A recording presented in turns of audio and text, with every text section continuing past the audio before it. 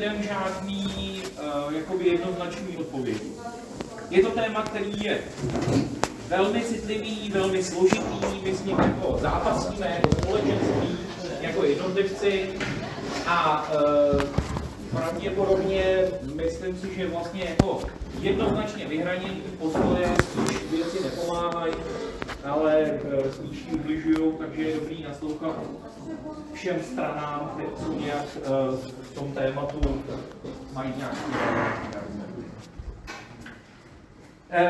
vřele vám doporučuji tuhletu knihu na úvod, která se jmenuje Minoritní sexualita v pastoraci věřících.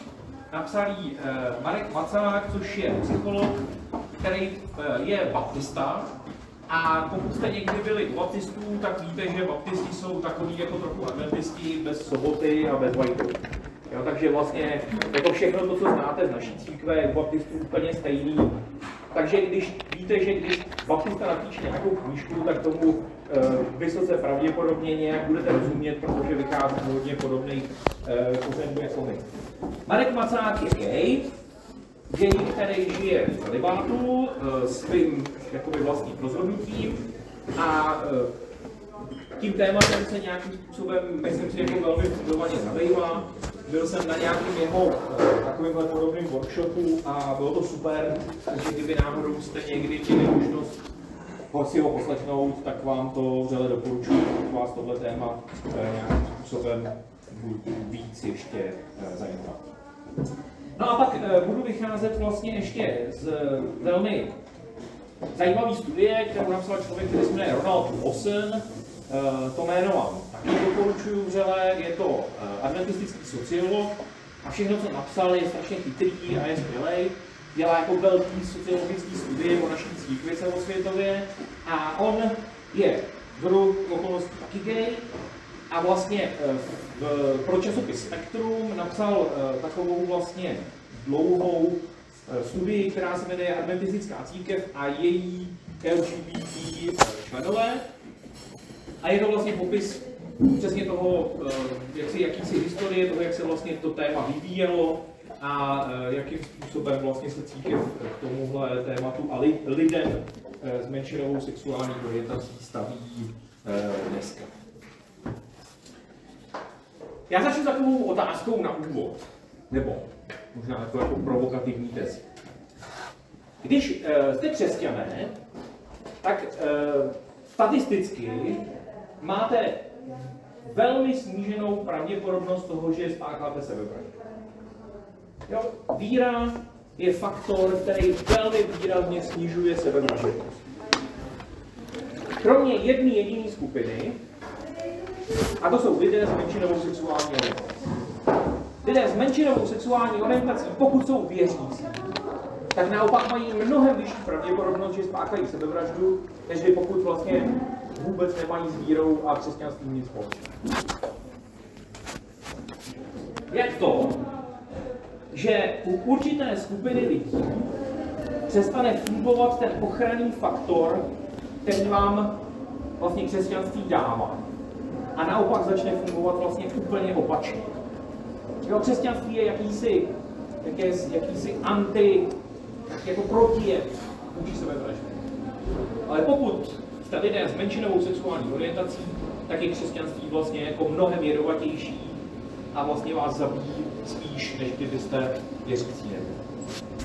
A já se ptám, jak je to možné.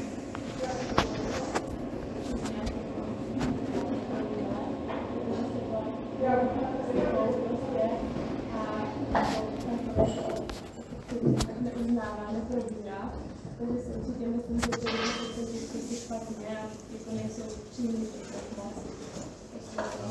nebo čas je zase, jako myslím, že má náhodou tak,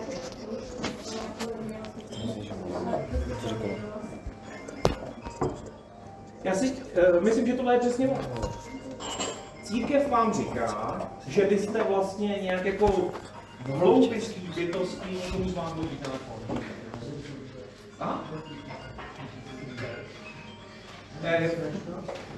Pokud jste lidé, kteří mají menšinovou sexuální orientaci, tak vám vlastně církev říká, ve vás je něco fundamentálně špatně a nejde to změnit. Nikdy se to nezmění, vždycky to ve vás špatně bude. A tenhle ten pocit, se kterým vy jako vyrůstáte a nemůžete se ho nikdy zbavit, je přesně to, co způsobuje to, že vlastně pak vám někdy připadá, že skončit ten svůj život svojí vlastní rukou je vlastně snazší a lepší řešení, než nehožít dál s tímhletím pocitem. Já si myslím, že to znamená, že v něčem tady selhává. Protože křesťanství má být přece jako přesný opak. Křesťanství má být to, co stojí na straně života, co životu pomáhá, co vám říká, stojí za to ten život žít. I když bojujete s mnoha různýma věcma, které něm jsou jako hrozný, tak vlastně křesťanství má být ta síla, která vám jako dává vlastně ten pocit, jako ještě to stojí za to bojovat. Ale u určitých lidí, určitýho typu lidí, určitý skupiny lidí vlastně v tomhletom křesťanství selhá. Tak, pojďme k tomu, jak vlastně se vyvíjelo tohleto téma, postoj naší církve k menšinové sexuální orientaci. Já předpokládám, že když řeknu menšinová sexuální orientace, tak všichni nějak ve vaší generaci jsou asi jakoby informovaní, o čem mluvíme. Zkrátka LGBT tradičně vlastně znamená lesbien, to znamená lesby, ženy, které mají homosexuální orientaci, gay, mužové, kteří mají menšinovou sexuální orientaci, bi jako bisexual, to znamená bisexuálové, lidi, kteří vlastně jsou přitahováni jak osobami svého pohlaví, tak toho druhého, a T je transsexuální, to znamená lidi, kteří vlastně jsou v jiném, biologicky jiném těle, než jak se vlastně cítí. Jo, kteří můžou pak podstoupit takzvanou tranzici, to znamená jakoby změnit i biologicky to svoje pohlaví, nebo nemusí, ale vlastně těchto lidí se to týká. A Q, které se přidá, je jako queer, že jo, což znamená ještě mnoho jako nějakých dalších jiných lidí, kteří mají různý vlastně složitý se identifikovat nějak, co se týče svý sexuality. Já budu asi dneska mluvit primárně o lidech, kteří označujeme za homosexuály, to znamená lidi, kteří jsou sexuálně přitahováni osobami stejného pohlaví, protože v tom velkém jakoby balíku těch menšinových sexuálních orientací to je většina a přijde mi vlastně, že minimálně třeba moje zkušenost s lidma, kteří jsou v naší církvi, byla z drtivé většiny prostě s lidma, kteří jsou homosexuálové, takže možná jakoby v té diskuzi nebudeme schopni postihnout takový ty jako ještě jemnější odstíny, které jako uvnitř téhle skupiny existují, ale bude to teda víceméně o sexuálu. Myslím si, že lidi, kteří jsou bisexuálové, mají vlastně to téma relativně snadný, protože vám to umožňuje to, že vlastně vy můžete v té církvi vlastně fungovat relativně snadno, pokud máte ten vztah s nějakou osobou toho opačného pohlaví, ke který byste taky přitahováni, takže vlastně se to nějak vyřešit dá. Lidi, kteří jsou homosexuálové, to mají složitější, protože ty minimálně oficiálně vlastně církev neakceptuje, pokud žijou v nějakým trvalým svazku s nějakou osobou stejného pohlaví. Tak. Začnu v hluboké minulosti.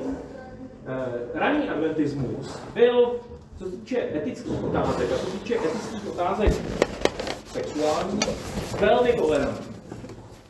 Ta tolerance vycházela z toho, že adventisté v 19. století měli pocit, že jejich hlavní a zásadní úkol je hlásat evangelium, protože Kristus už je jako skoro tady, a řešit tyhle ty jakoby otázky týkající se sexuální etiky není potřeba, protože to prostě Pán vyřeší na nový zemi a bude hotovo a my se tím jako nemusíme zabývat.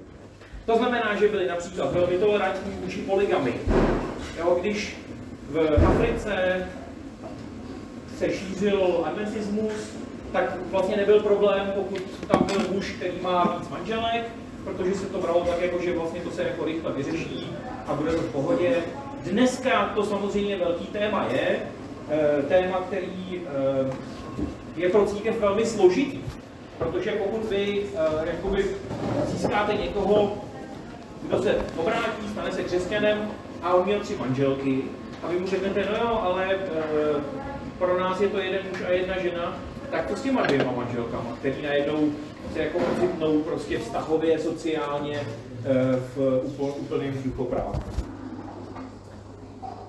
Podobně například to bylo vůči rasově smíšeným sborům ve Spojených státech.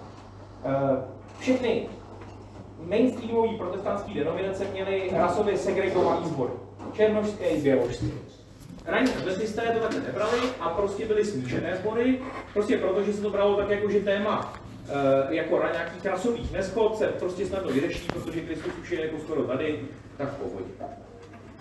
Samozřejmě, jak bíhal čas, a my jsme 100 let, 150 let od té doby, tak se ukázalo za první, že Kristus nepřišel, což je ten hlavní problém nás všech, protože kdyby přišel, tak už tenhle workshop nemáme. Ale hlavně to, že církev vlastně se nějakým způsobem začala začleňovat do takových těch tradičnějších církví a ty tradičnější církve, jak si tohleto téma vlastně samozřejmě velmi řeší a tak jsme ho začali řešit i my. Nicméně je velmi zajímavé, že vlastně téma nějaké veřejné debaty o tom, že mezi adventisty existují i lidé, kteří mají menšinovou sexuální orientaci, třeba homosexuálové, se začalo objevovat až v 70. letech 20. století. Do té doby se církev tvářila, že to není vlastně vůbec, že se jí to jako vůbec netýká. A teď samozřejmě jenom chci připomenout nějaký jako kontext. 70. léta 20. století, to je ještě doba, kdy vlastně v běžné společnosti sekulární. V mnoha zemích je homosexualita jako věci nelegální. Jo, dám takový jako velmi pro mě vlastně zajímavý příklad. Říká vám někomu jméno něco Alan Turing? Kdo zná Alana Turinga?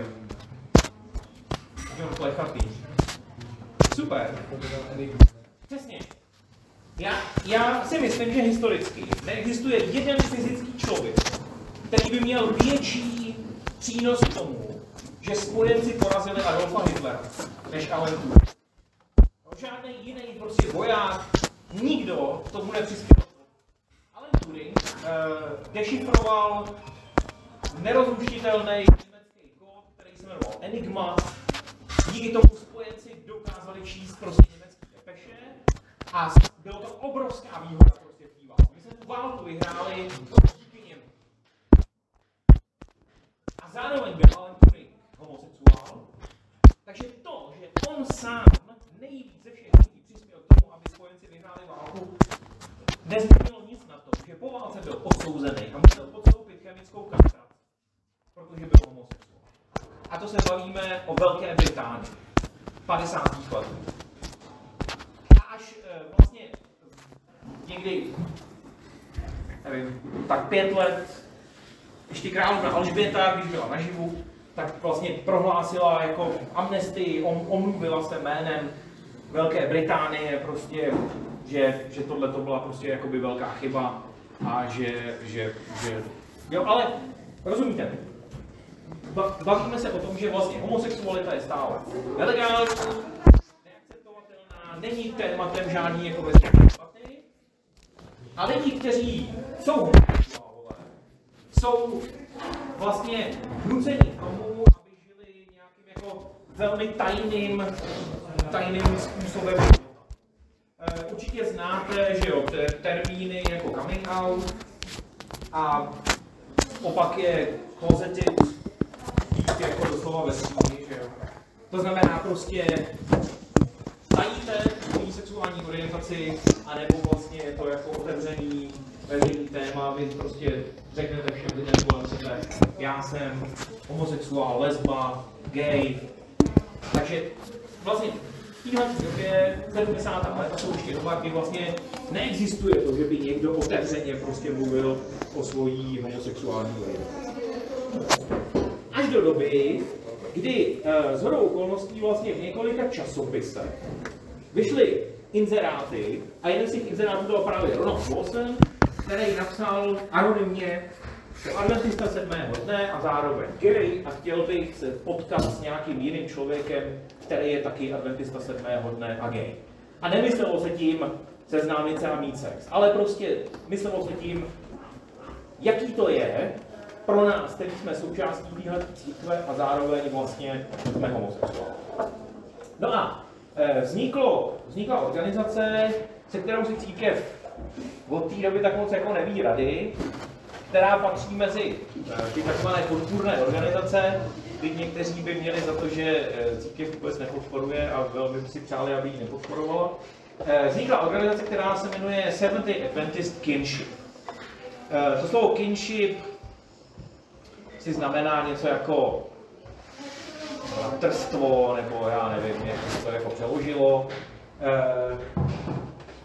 A je to vlastně organizace, která takovým jako velmi volným způsobem prostě spojuje lidi, kteří právě jsou menšinový sexuální orientace a zároveň jsou adventisté 7. dne a chtějí to adventisty 7.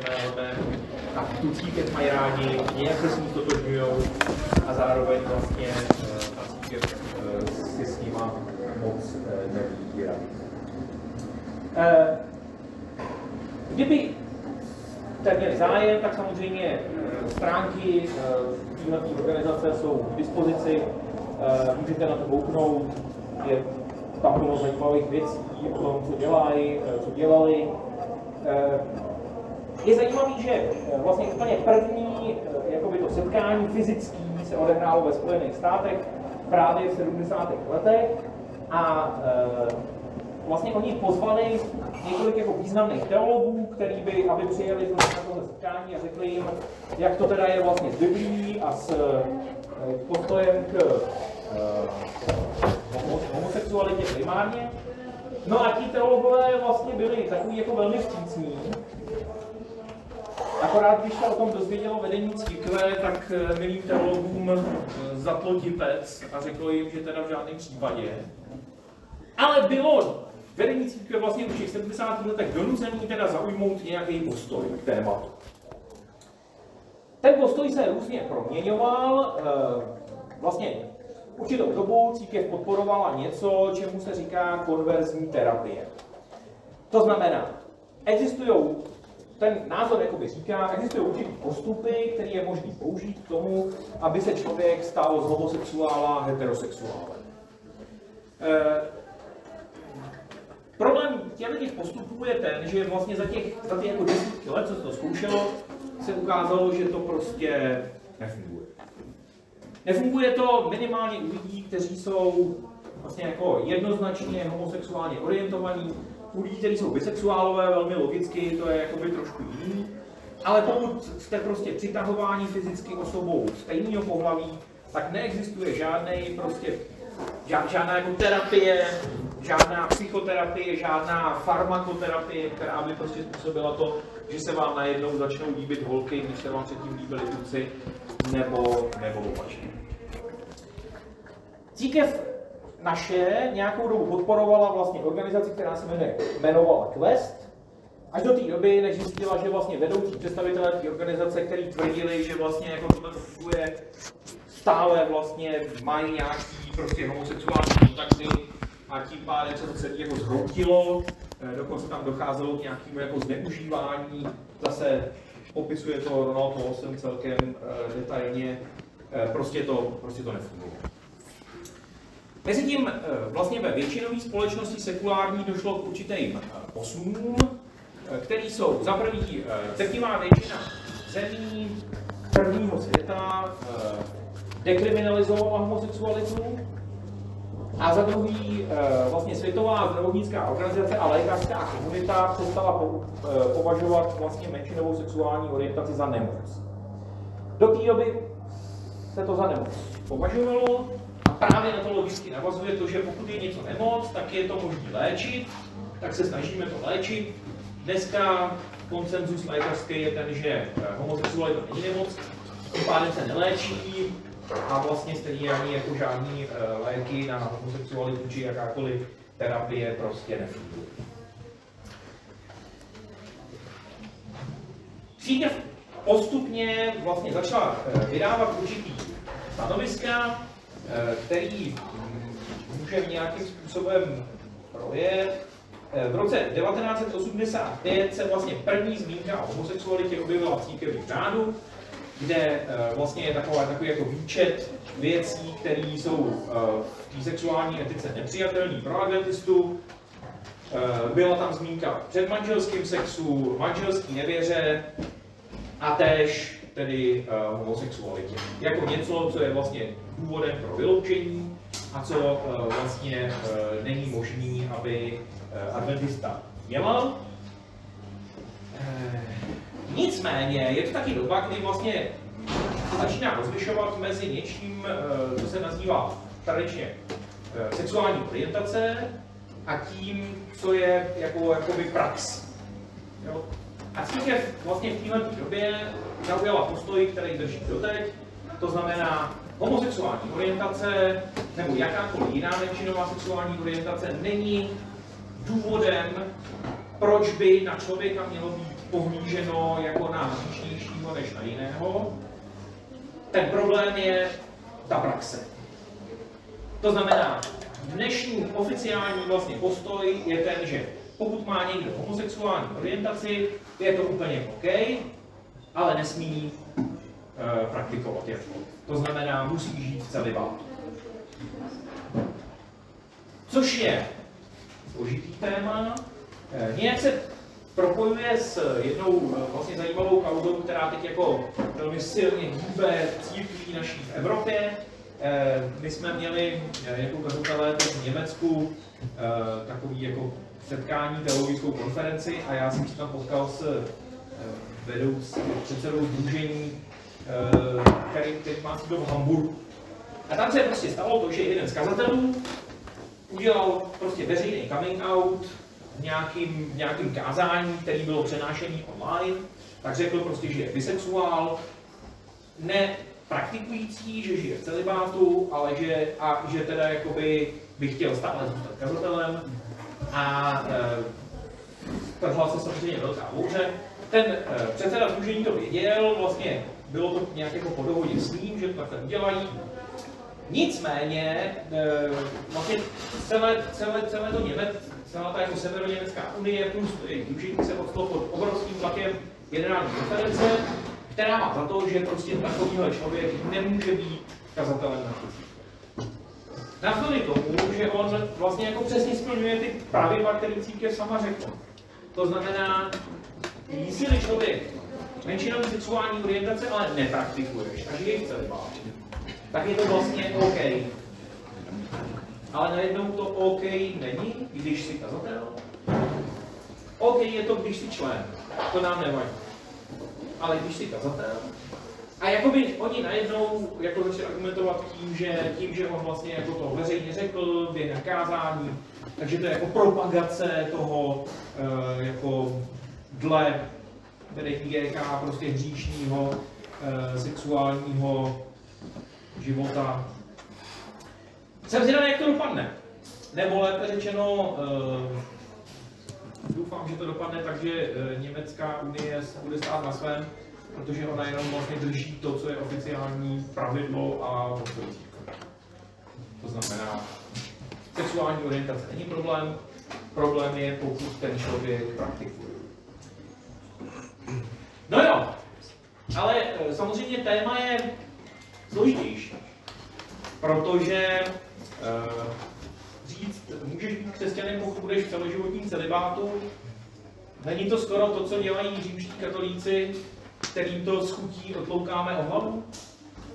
Že kněz může mít jedině ten, kdo je v celibátu a my jim říkáme, no to jste přesně vy, šelma.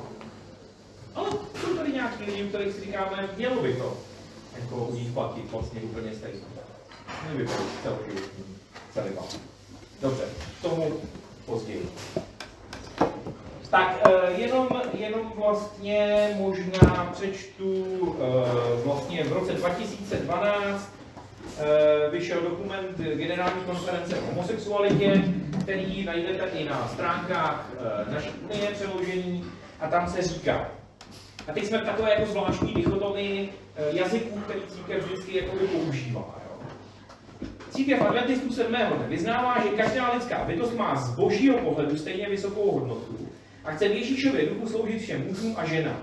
Věříme také, že díky boží milosti a skrze povzbuzování společenství víry může každý člověk žít v harmonii s principy božího slova. A teď, a najednou B. Adventisté 7. dne věří, že sexuální intimita náleží výhradně do manželského svazku muže a ženy. Takový je stvořitelský řád stanovený Bohem při stvoření. Teď jsou tady nějaký citáty z Bible. Celé písmo potvrzuje tento heterosexuální model. Bible nevytváří žádný prostor pro homosexuální praxi a svazky. Pohlavní styky vně heterosexuálního manželství jsou zakázány. Zase citáty z Bible. A z těchto důvodů adventisté nepřijímají homosexuální praktiky a svazky. Tohle je typicky jakoby vnitřně vlastně problematická argumentace všech jakoby evangelikálních církví. Vlastně vychází z takového toho principu, který říká: miluj hříšníka a můžeš milovat hříšníka a nenávidět hříšníka. Slyšeli jste tohle? To je takový, jako že jo, nám to pomáhá jako kdyby vyřešit to dilema toho, že vlastně někoho jako kritizujeme za něco, co dělá, ale aby on se jako cítil stejně akceptovaný, tak vlastně mu říkáme, my tě milujeme, ale to, co děláš, je špatné. Problém je, že když se to týká vlastně sexuality, je to něco, co tak jako bytost definuje identitu toho člověka, že to vlastně nefunguje. Jo, my ti nemůžeme říct, já tě jako miluju, jenom to, že jsi homosexuál, je to, co nenávidím. Protože to, co on slyší, je, já tě nenávidím. On neslyší to, že tě miluju. To prostě jakoby nefunguje. Jo, já mám trošku pochybnosti o tom, jestli ten princip funguje u jakýkoliv věci, ale nefunguje zásadně u tohoto našeho tématu. Právě proto, že někdo má nějakou menšinovou sexuální orientaci, je pro tu jeho identitu tak důležitý, že to nejde srovnat s tím, že podvádí na daních. Jenom Ronald Paulson tady má krásný příběh o tom, jak jeden vysoce postavený teolog vlastně v naší církvi někdy v 80. 90. letech prostě prasklo, protože tehdy vlastně policie prostě nějakým způsobem se snažila jakoby prostě pustila nějaké jako volavky muže, který měli jako svádět jiný muže, který jako hledali nějak jako tajně nějaký homosexuální prostě styky sexuální. A jeden z těch lidí, který oni takhle jako skrz tu volavku jakoby vlastně identifikovali, byl prostě vysoce postavený adventistický teolog. A reakce generální konference byla ta, že ho propustili, vyloučili z církve, dobře, beru, ale k tomu jako Ronald Paulson říkal. Ale říkalo se mezi jako těmi představiteli GK. Proč to nebyla ženská? Jo, jako kdyby ho nachytali s ženskou, tak v pohodě. Ale protože ho nachytali s chlapem, tak to je neakceptovatelné. Jak to? Jak to, že někdo by ho nachytali s milenkou nebo s prostitutkou, je pro tu naši církev akceptovatelný. A vlastně by se to nijak jako uhrálo. A když ho nachytali s tím, že vlastně to je muž, tak to najednou akceptovatelný není. To je totálně jako dvojí metr, že? Takže kvůli nevěře se nevyhazuje z církve? Kvůli nevěře se samozřejmě taky vyhazuje z církve, ale tím jako bych chci říct, že tady na to je jako mnohem větší citlivost, než kdyby to bylo vlastně jako heterosexuální nevěra. Jo? Nakonec, no. Ale pravidla jsou jasný. Jo, ty by měly být vlastně pro oboje úplně stejný. Jo, ten člověk prostě porušil nějaký základní prostě pravidla sexuální etiky a měl by být tak, ještě vlastně jednu zajímavou věc.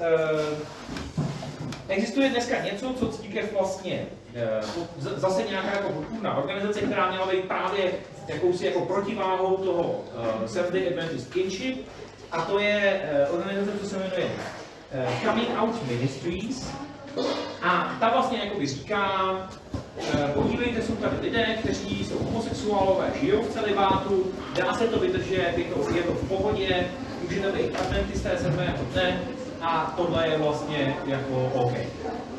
Jo, zase, tato organizace, podporovaná generální konferencí, nefunguje úplně dobře, minimálně podle Ronalda Bosna, ale dejme tomu, že on má maličko jako subjektivně lidí vlastně jako kritický, asi víc třeba, než je potřeba, ale stále vlastně platí teda to, že oficiální postoj církve je ten pouze nepraktikující homosexuál může být členem. Realita sborů dneska, mnoha sborů, které jsou vlastně primárně v tom prvním světě takzvaným, to znamená v Evropě a Severní Americe, potažmo třeba v Austrálii, Novém Zélandu, tak je vlastně postoj, který zní don't ask, don't tell. To znamená, já se neptám, jak to s tebou je, a když ty to nebudeš nám všem jako vlastně otloukat o hlavu, tak v pohodě, ty si doma dělej, co chceš, ale my to jako nechceme vidět. Jo, to znamená, pokud vy žijete v nějakým vlastně homosexuálním vztahu a my o tom nevíme, v pohodě, a my to nebudeme zjišťovat. Jo, to je vlastně, dejme tomu postoj mnoha kazatelů, mnoha sborů, mnoha sdružení v té naší části světa. Když to bude takhle, že vlastně o tom ta církev nebude vědět, tak to nějak jako budeme tolerovat a nebudeme to řešit. Jestli to je šťastný postoj a férovej a čestný, nevím, ale možná je to lepší postoj, nežli budeme šťourat do toho, jak ty doma žiješ, aby jsme se ujistili, že nežiješ nějakým způsobem života, který nám připadá neakceptovatelný. Nakonec v menším ještě vlastně jste určitě slyšeli, že třeba v předchozí generaci bylo běžný, že kazatelé třeba sledovali podezřelé členy svého sboru, jestli nemají nějaké, a teď nemyslím jako primárně homosexuální vztahy, ale nějaké jiné vztahy, než by měli mít, jestli někam nepřespávají někde jinde, než by měli a tak dále. Já jsem rád, že církev už tohleto opustila, nerad bych psal do svého pracovního výkazu sledování bratra XY od 22:00 do 4:00, zdali spí doma nebo nespí. Krásně je fakt.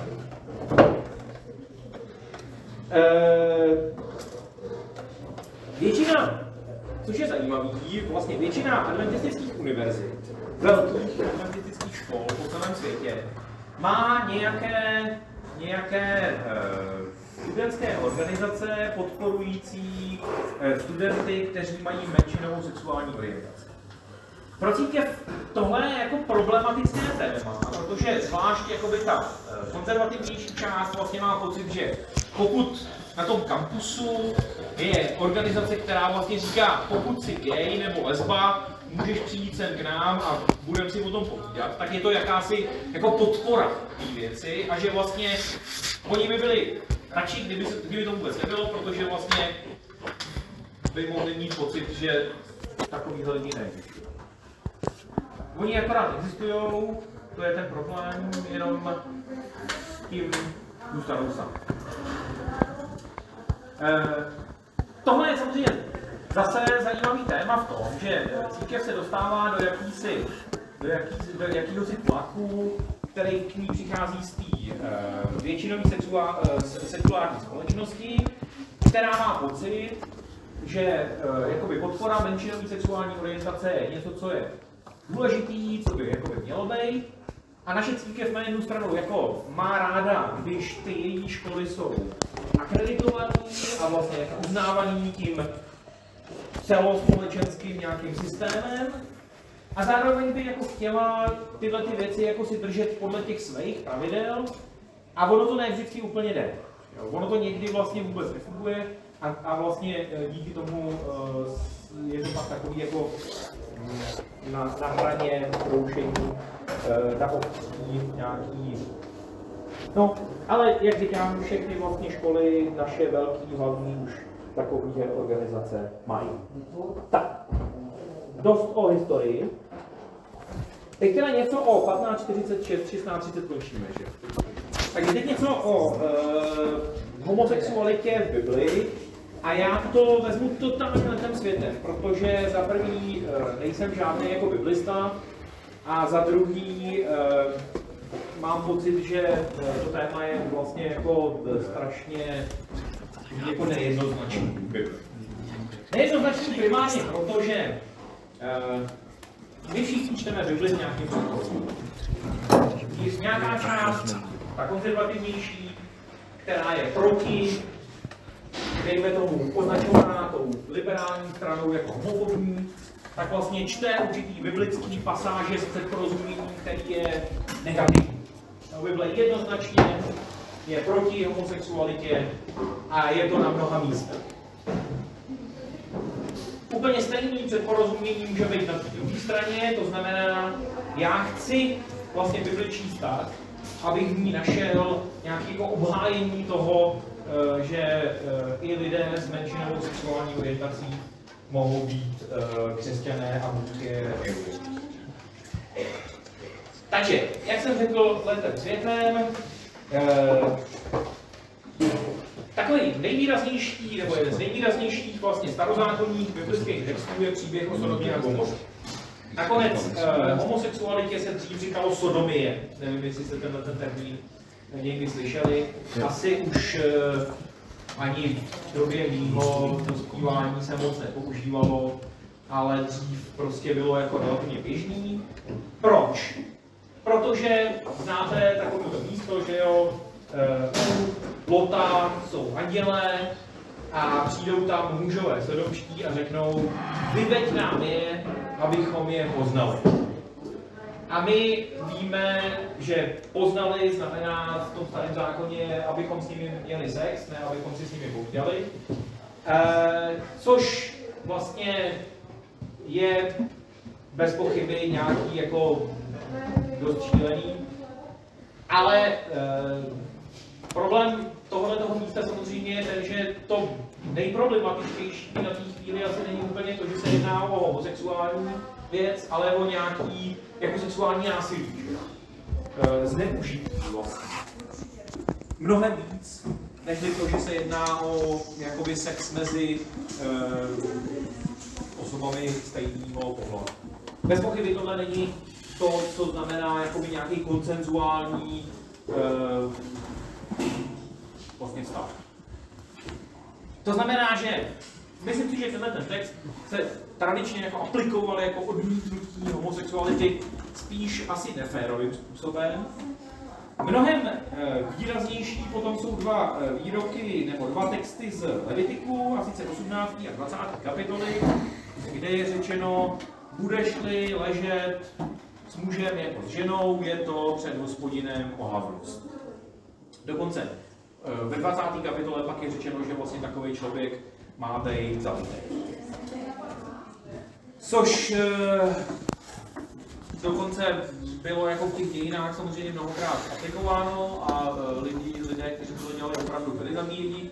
A ať už jak si souzníte s posuny společenskými nebo ne, tak doufám, že se všichni shodneme na tom, že jsme rádi, že homosexuálové už se dneska nezabíjejí a že by se ani zabíjet neměli. Zase, tyhle ty místa se nějak jako kontextuálně vykládají různě složitě, protože samozřejmě všechny ty nařízení, které se týkají Izraele a toho, jak vlastně se aplikují na ten současný život, jsou jakoby problematický. Mnoho z těch vlastně nařízení, které tam jsou, nebereme úplně vážně, že jo, typicky menstruuje-li žena, je nečistá a neměla by být prostě v kontaktu s nikým. to asi není pro nás nějaký jako téma. Že?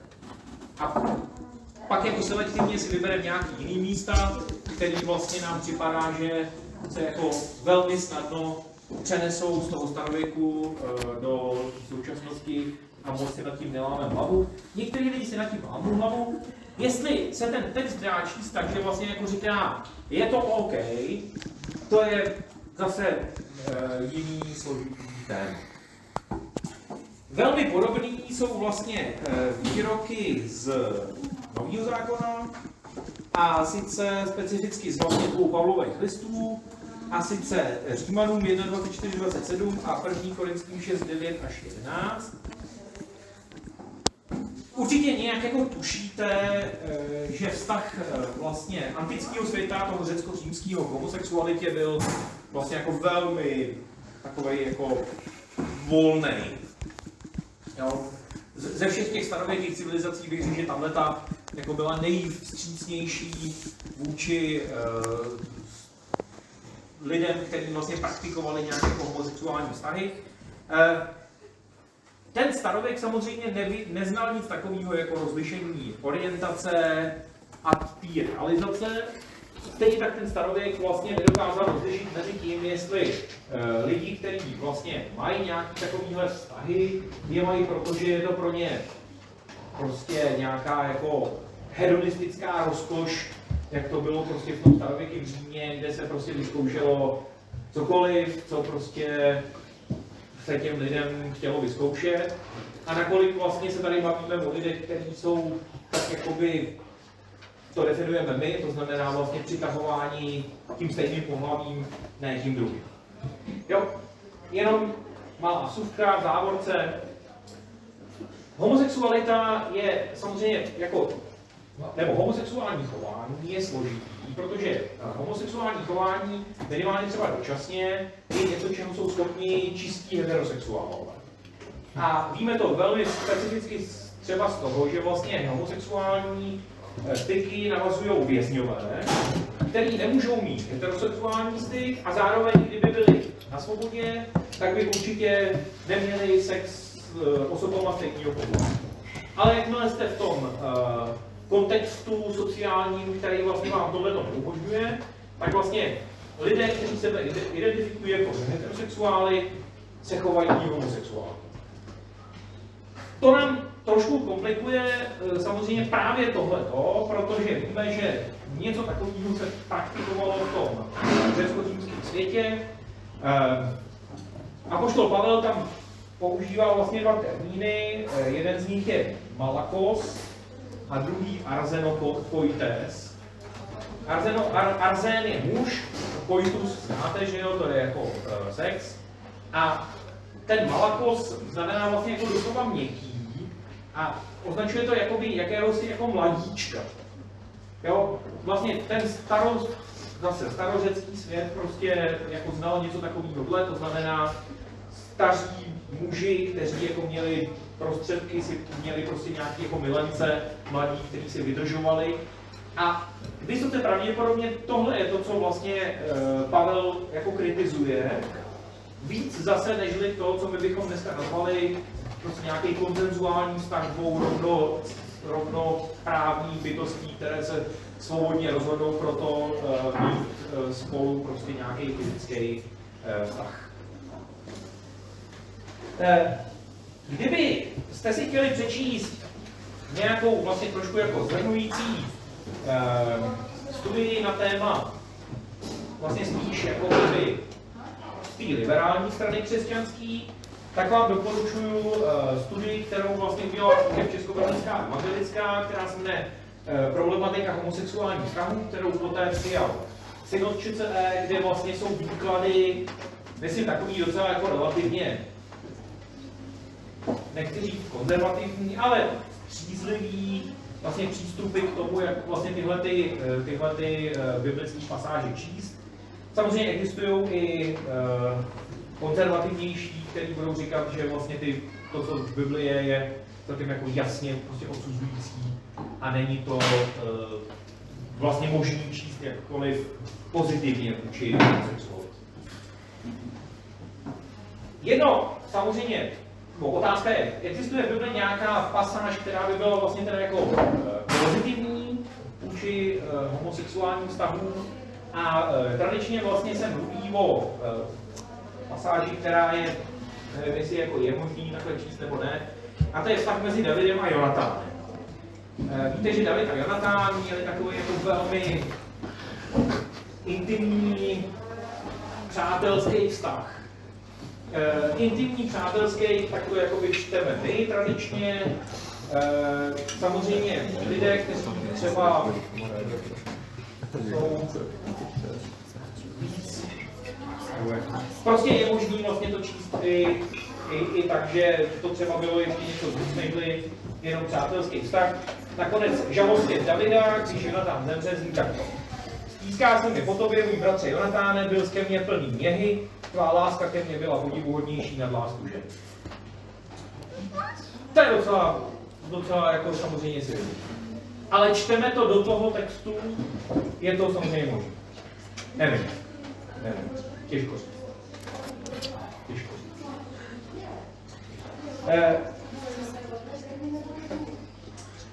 Já si myslím, že ať tak či tak, nikdy neunikneme z napětí, který prostě vychází z toho, že Bible je vlastně nějak jako nepřátelská nebo kritická vůči homosexualitě, ať už ten kontext toho starověkého světa je třeba jiný a nějakým způsobem je potřeba to akceptovat, tak prostě Bible nikde jako neříká jakoby přejně vlastně takhle žijte, to je jako něco super.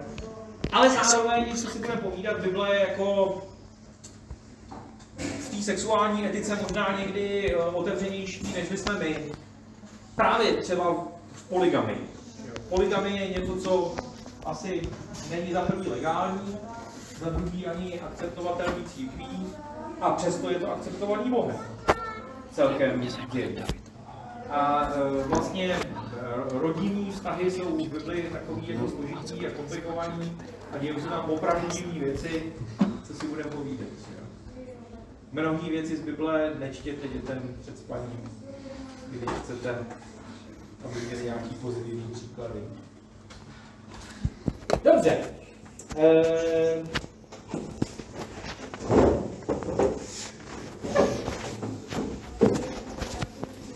Co teda s tím? My jsme lidé, kteří žijí ve světě, který nechce církev, která bude vnímaná jako homofobní. Já vidím svoje děti, mému synovi je 20, mý dceři je 17 a oni sami nechtějí církev, která je homofobní. Oni chtějí církev, která bude pro každýho vstřícná, která bude pro každýho nějakým jako bezpečným místem. A zároveň jsme bez pochyby církví, která je tradiční, která je konzervativní, která vychází z biblické etiky, která říká, že Bible je základem toho, jak má ty věci vnímat. A my nemůžeme úplně utíct z toho, že Bible, byť si myslím, že mnoho míst čteme s předporozuměním spíš negativním, tak prostě, že Bible je jako kritická vůči minimálně homosexuální práci. A co s tím? Když nechceme, aby se církev stávala sektářskou, uzavřenou, aby církev byla nějakým způsobem srozumitelná pro ten svět, tak prostě o tomhletom tématu musíme velmi otevřeně mluvit. A my nemáme žádný úplně snadný, jakoby jednoznačný východisko z toho. My jsme prostě v nějakým napětí, se kterým nepochybně musíme žít. A zároveň, a teď já vůbec neprezentuju oficiální postoj církve, ale kdybych já si měl vybrat tu chybu, pokud obě varianty jsou nějak chyba. Tak já budu teda radši chybovat tak, že budu ten, kdo bude přijímat, než ten, kdo bude vyučovat. Ale možná, že až přijdu na ten poslední soud, tak mi řekne, jak to, že jsi měl v tom stvoru tyhle ty dva.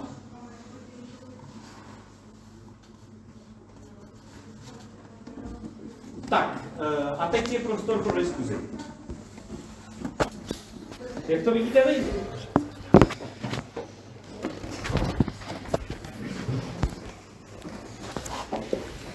Já se bourám tuhle sekci, protože moje pozornost byla tady na ty, když jste viděli moje záda. Rádio.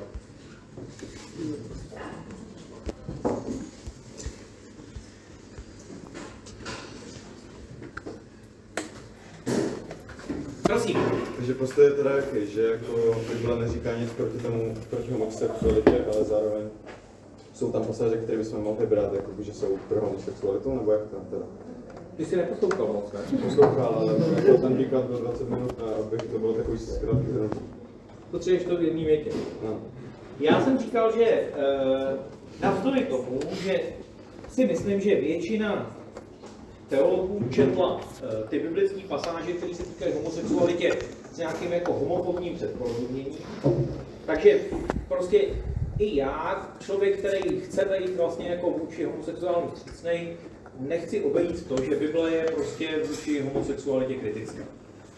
Kromě teda toho jediného místa, tedy vztah David a Jonatán, pokud máme právo ho jako číst jako něco, co bylo víc než přátelé.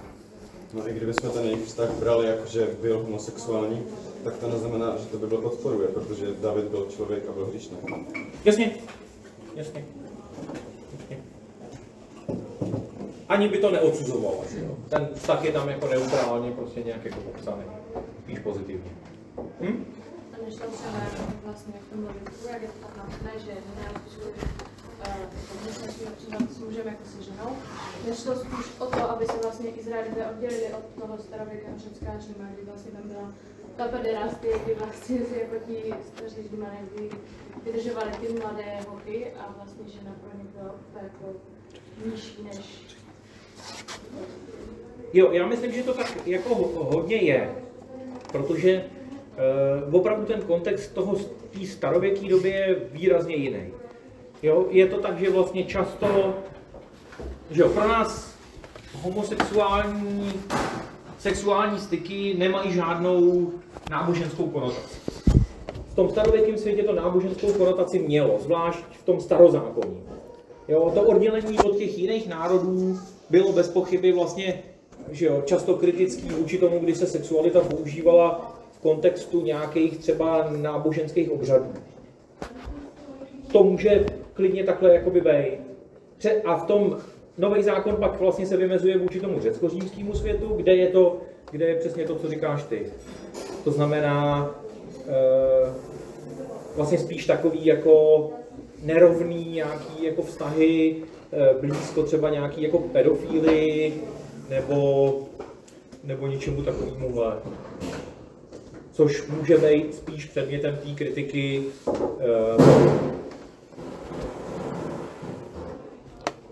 A ještě bych chtěl vysvětlit, můžete prosím, vy jste říkal, že nejste biblista moc? No. No, chcete nám to objasnit, jako, abych věděl, jak to myslíte, jako že nemá? No, jako, že nejste biblista, nemáte to na prvním místě, nebo jak to myslíte? No, jakože vlastně ten termín tradičně jako označuje teologii, který se jako svým profesním zaměřením soustředí na starý nebo nový zákon. Takže vy nejste biblista? Já nejsem biblista. Ale naše církev se zaměřuje a řídí podle Bible, tak... Já se taky jako snažím zaměřovat a řídit podle Bible, to je jasný.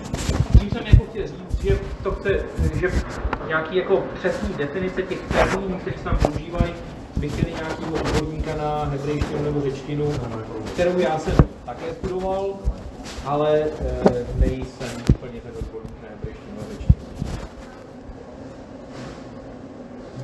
Tady jste ještě Sodom a Gomorře říkal, že mě tam přivedli a je to teda jako, že prostě jenom chtěli jako je znásilný. Ale on jim pak nabídl ty 2 své dcery Jo. a oni odmítli. Takže tam je pořád znak toho, že chtěl jenom muže. Že chtěli jako ty muže. No. Ale ve skutečnosti šlo specificky jako ne o to, že to jsou muži, ale o to, že to jsou ty hosti Abrahama. To vychází vlastně nějaký jako definice toho, že znásilnění není akt, který je primárně sexuální, ale akt, který je primárně mocenský. To znamená, muž, který znásilňuje ženu, vlastně tu ženu jako chce podrobit. Víc, než že by s ní chtěl mít sexuální styk. Proto je tam to násilí je vlastně víc jakoby mocenský akt. A tady vlastně o to jde, jim nejde o ten sex. Jde jim o to ponížit ty muže, kteří jsou u něj vlastně hosté. Myslím si, že, jak jsem říkal, nechci vlastně říct, že by Bible byla jakkoliv vlastně vstřícná vůči homosexualitě není, ale nemyslím si, že tenhle ten text o Sodomě a Gomoře je vlastně zrovna jako nejlepší argument, pokud byste chtěli argumentovat proti. Jenom jako, že ono by to bylo hrozně teoreticky o tom teďka mluvit, ale kdyby se anděle převtělili jakoby za ženy, tak myslíte, že by jakoby ti lidé ze Sodomy a Gomory měli stejný pohled jako na ty hosty? Myslím, že jo. Ale jak říkám, hlavní je tam za mě to násilí víc než Že jestli by se jakoby převtělili za ženy, jestli by to mělo stejný následek, že by jakoby si je taky chtěli podrobit. Jakože ti lidé ze Sodomy a Gomory.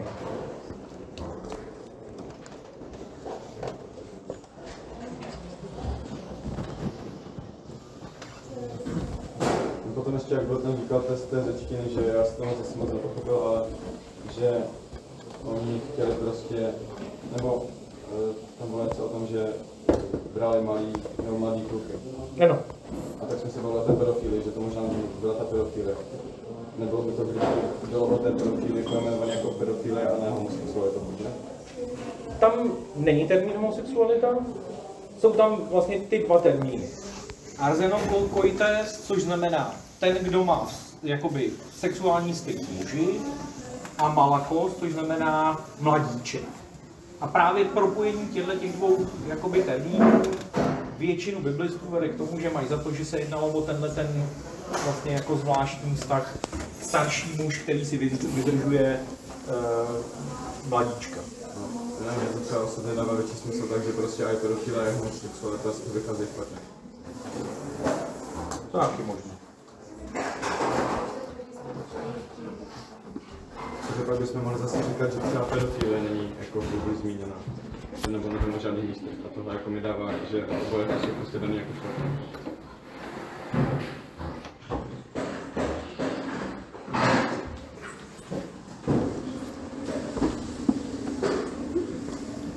Prosím.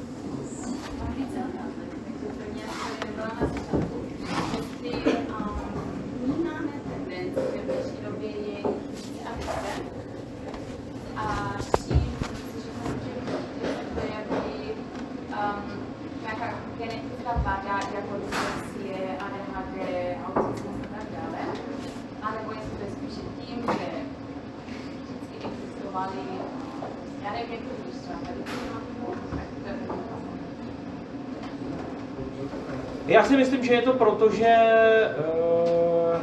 jako odpověď je vlastně nevím. Jo. Nevím, jestli to někdo ví. Myslím si, že velkou roli v tom hraje to, že vlastně je to společensky akceptovatelné. To znamená, nebo takhle.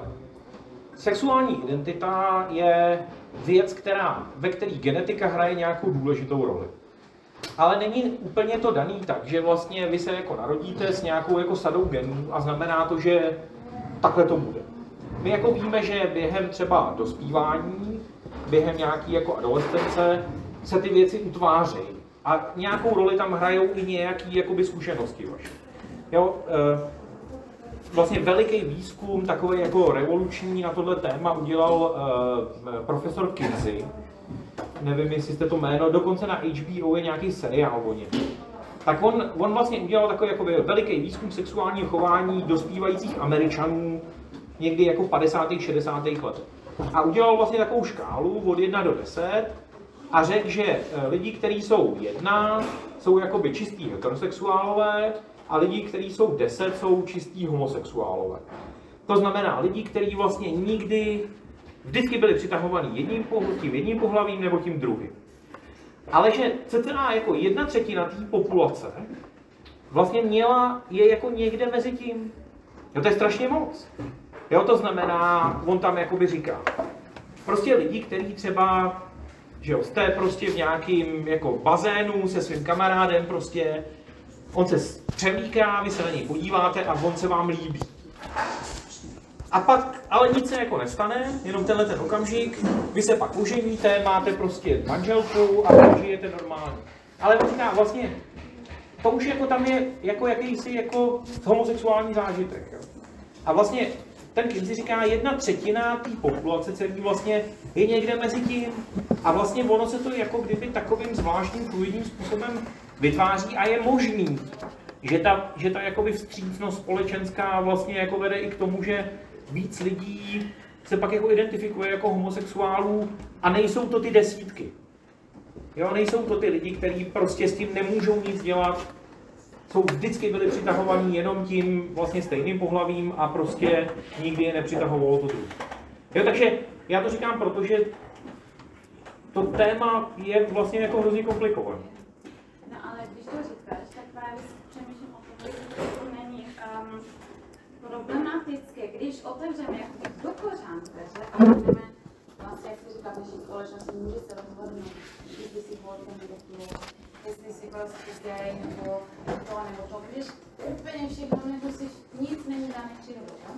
Když prostě, jako nikdy nevěřím, že naše církev to prohláší, ale když otevřeme prostě i tady té skupině úplně jako náruče do kořán, neříkám, že bychom neměli akceptovat a otevřeně to mluvit, ale spíše prostě to propagovat, tak potom je právě pro mě otázka, jestli tady ta třetina, jo, se necítí až tak svobodně, že se jakoby dostane potom někdy v životě, když budou zklamání, když mají špatné zkušenosti v manželství a tak dále, právě tady do té kategorie. A právě potom je pro mě otázka, co je boží vůle, víš?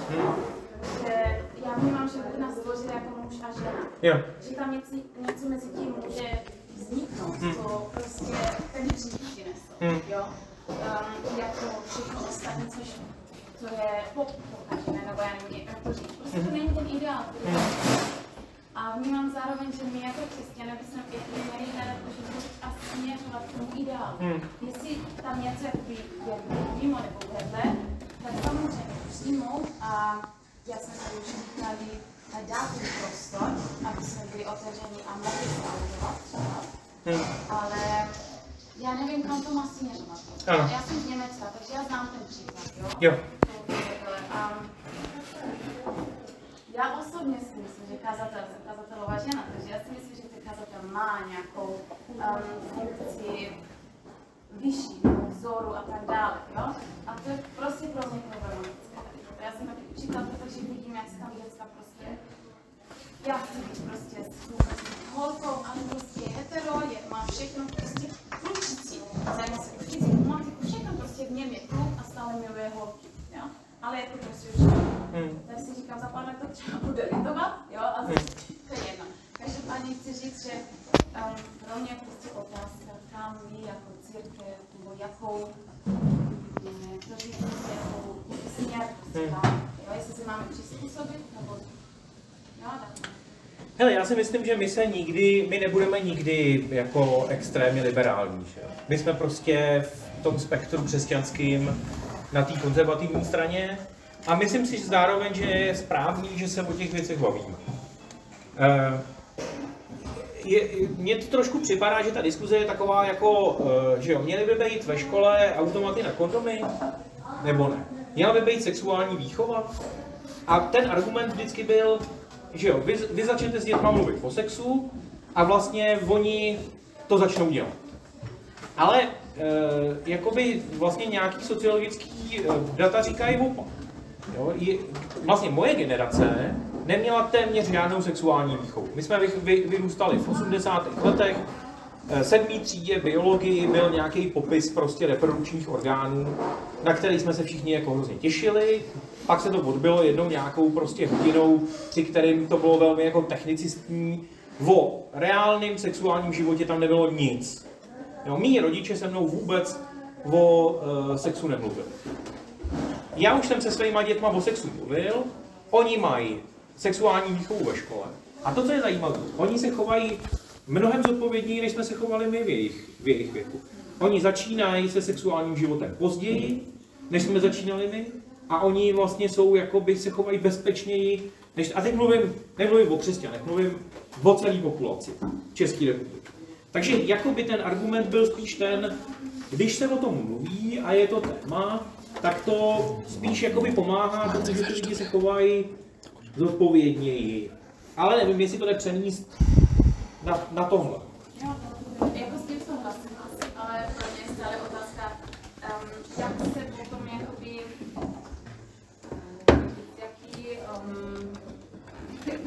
nebo já nevím, jak to nastavit, když se jakoby osobně schvaloval třeba manželství, jo, aby svobodně mohli prostě praktikovat to, co každý člověk v sobě má. Nebo máš nějaké jakoby konstruktivní návrhy, jak by tady ta otevřená komunikace, jo, vypadá.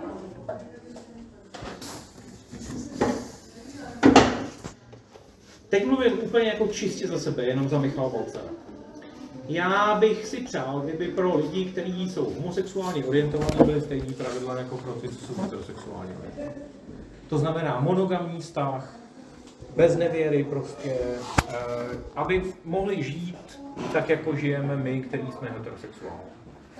Ale nikdy nepřestoupím ty pravidla, které církev dává jako kazateli, budu je jakoby respektovat a pochybuju o tom, že vlastně během mýho života se to jako stane. Ale třeba jo, protože změny jsou překotný, že jo. Jako já jsem vlastně říkal, že v 70. letech, to já jsem se narodil, se vlastně o tom tématu teprve v církvi začalo mluvit. Ale nevím. Tam byl ještě dotaz, pardon. Se zhlásil? Tak teď bych se ještě vyjádřil k tomu, co jste řekl, že já si myslím, že vlastně lidi s tou menšinou sexuální orientací by chtěli vlastně stejná pravidla jako heterosexuální pár. Že vlastně, jak jste říkali, o beznevěry, monogamní vztah, vlastně sex až po svatbě a vlastně dodržovat vlastně ty normální pravidla, co jsou stanovena pro ten heterosexuální vztah. A vlastně myslím, že dobře ustavená teď pro ten homosexuální vztah, že může být homosexuál a musí být v celibátu. Což vlastně mi přijde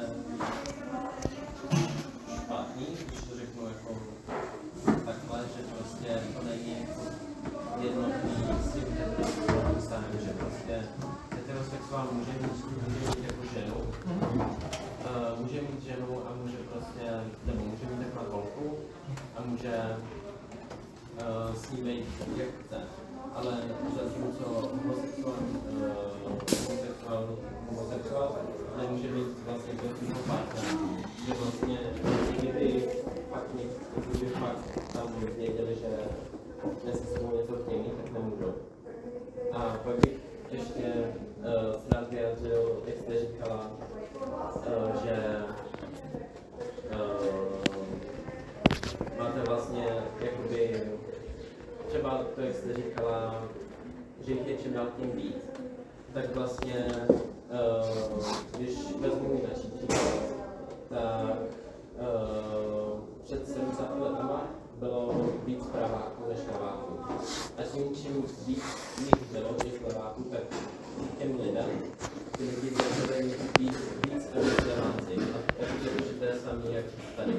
Že prostě čím víc jich je a ta společnost je k tomu otevřená, tím prostě se nebojí si to jako přiznat a jsou k tomu víc otevření. Tím pádem jich je víc a víc. Beru váš názor, jo, nic neříkám, ale myslím, že takhle to je. Já mám jenom takový jako jasný verš, který o tom mluví.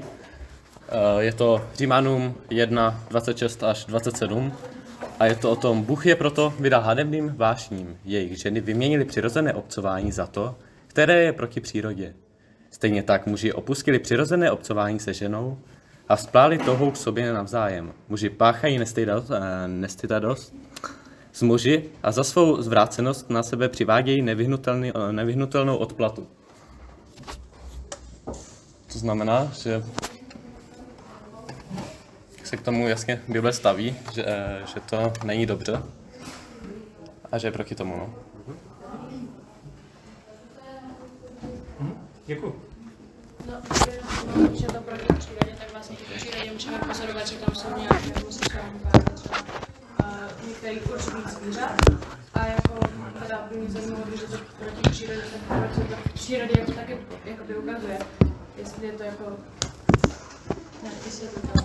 To je strašně jako na vodě argument proti přírodě, že jo? Nebo přirozenosti. Není to přirozený, to mě jako nefunguje. No. Jako to, že je to... Já jsem ten verš uváděl v tom výčtu, který jsem říkal, Římanům 1 je určitě výrazný, já s tím jako souhlasím. Ale ono nám to nepomůže, že jo? Prostě homosexuálové nezmizejí.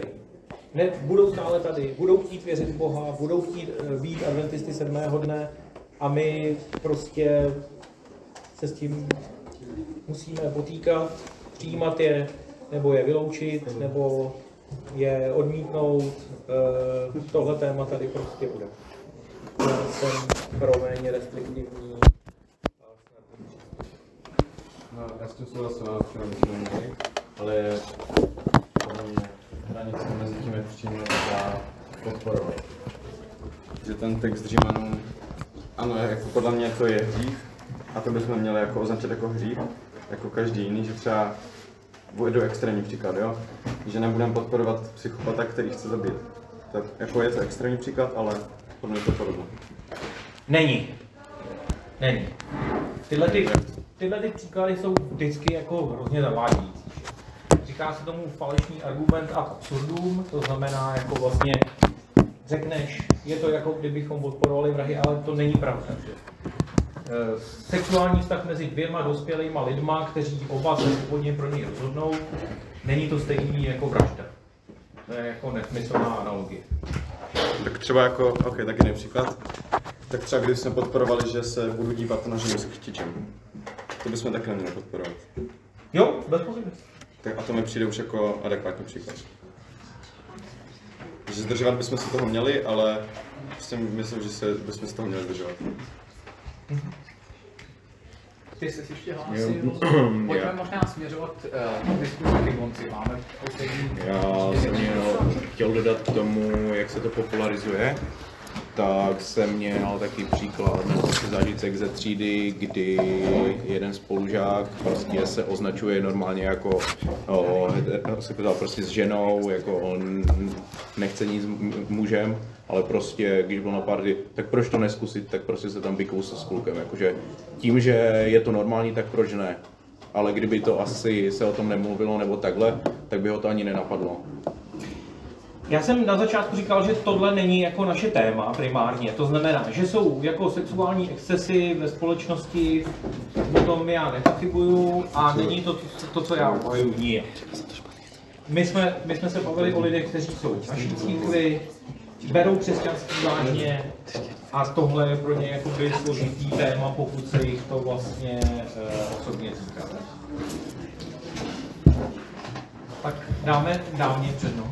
No, já bych jenom chtěla reagovat, že vlastně ono jako, je to těžké i pro ty lidi, co do té jakoby, skupiny patří, protože je to takové, že tím, že se to popularizuje, tak je to takové, že si to jakoby spousta lidí chce jakoby vyzkoušet, že prostě tak co, tak to zkusím. A jako potom si myslím, že to strašně hází špatné světlo na ty lidi, kteří do té skupiny opravdu patří, opravdu prostě to ví.